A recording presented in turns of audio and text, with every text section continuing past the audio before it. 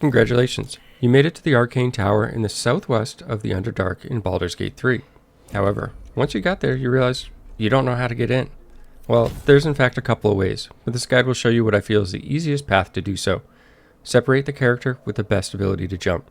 Alternatively, things like Long Strider for increased movement speed per turn, or Misty Step will work just fine as well. It's also okay to take some damage each round, provided the character can stay alive. Make sure you enter turn-based mode by clicking the icon in the lower right or hitting Shift plus space. This will make the task much easier as it allows you to move and queue up an action without getting bombarded by the cannons. You can destroy the cannons with a bludgeoning weapon. Again, use a bludgeoning weapon. After doing so, make sure to line of sight any remaining cannons before you end your turn, around a wall, around a rock, and so forth. This will help prevent you from taking any unnecessary damage. Again, this is possible without a character having an incredible jump, but if you have one, it's really simple. Take advantage of the Githyanki Psionics jump if it's needed and available as well. Once the second cannon is down, you can bring your entire party up to loot the small area or towards the door to proceed. As seen here, the cannons are sturdy, so you may have to swing multiple times or ensure that you have a character that can deal enough damage in order to take the cannon down. Make use of line of sight if needed to keep your character alive in between swings. With the cannons down, you can head to the west where the front door is located or south to the lootable area. Inside the locked chest to the south, there's a magical light hammer, which is capable of breaking the cannons if you lack a bludgeoning weapon. However, ultimately I find a two-handed bludgeoning weapon far more useful, and I'd recommend you always keep one in your inventory for breaking things throughout the course of the game. Now, heading up the stairs to the west, you'll find a large door that's locked. You can get through this by using a lockpick, the knock spell, a number of other options, but those are probably the most two reliable. Once the door is open, make sure that you enter turn-based mode again. No one back home will ever believe this. Right tool will do the trick.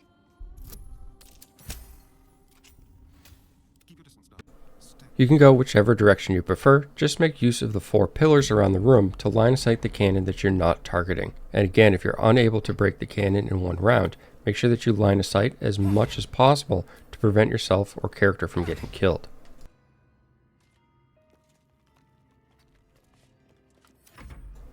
Here you can see the rest of my party was closer than they should have been, putting them in combat, but fortunately they were out of line of sight, so I don't receive any damage. I could have also moved them further back during their turn to prevent the damage as well.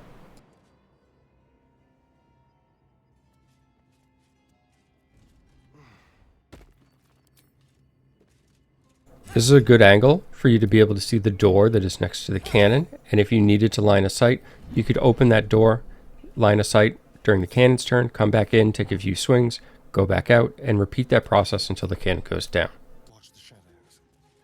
Loot everything up as you please, and go through the door and onto the balcony on the northern side. There will be a chest of the Mundane here, which reduces the weight of all items placed inside by transforming them.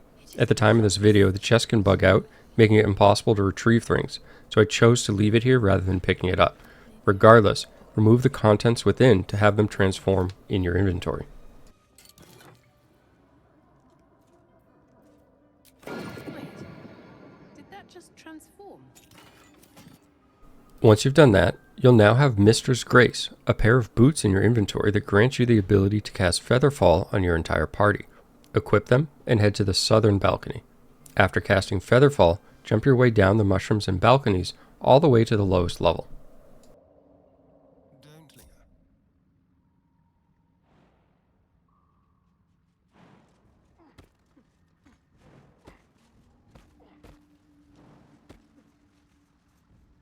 I've got a long road ahead. Mystra's Grace allows Featherfall to be a ritual, so you can recast this as many times as needed until you reach the bottom. All right, now. Non-feet in shoulder. What now?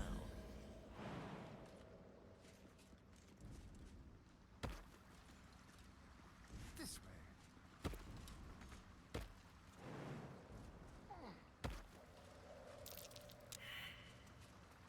Once at the bottom, loot up to your liking, and make sure you pick up 1 Sussur Bloom. We will use this as soon as we get back inside of the tower.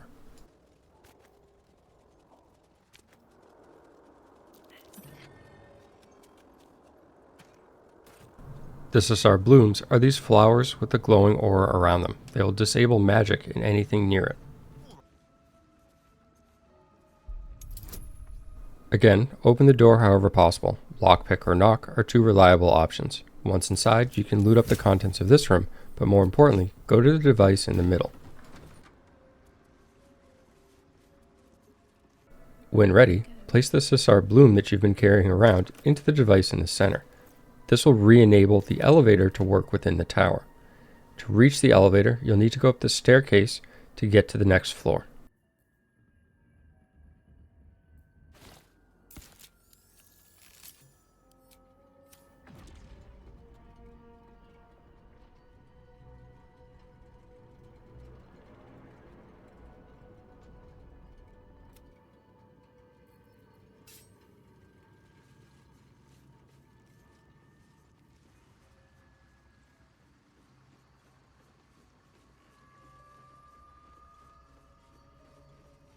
Again, loot at your leisure and then make your way into the elevator. Depending on which floor you're on, you'll see buttons on the floor to either ascend, descend, or both. Repeat the process for all of the floors within the Arcane Tower that you're interested in. There are multiple quests here, so keep that in mind. Make sure you grab the mushroom samples for Omelum if you're on that quest or plan to do so. Read through all the journals to enable dialogue options for Bernard, who's located at the top floor of the tower as well. This is if you're after the guiding light ring, which will open the basement, unlocking the Sparkswell ring, which makes you immune to being electrified. However you manage to acquire it, equipping the guiding light ring and stepping back onto the elevator will allow access to the basement, where the Sparkswell ring can be found. As always, thanks for taking the time to watch, and have a great day.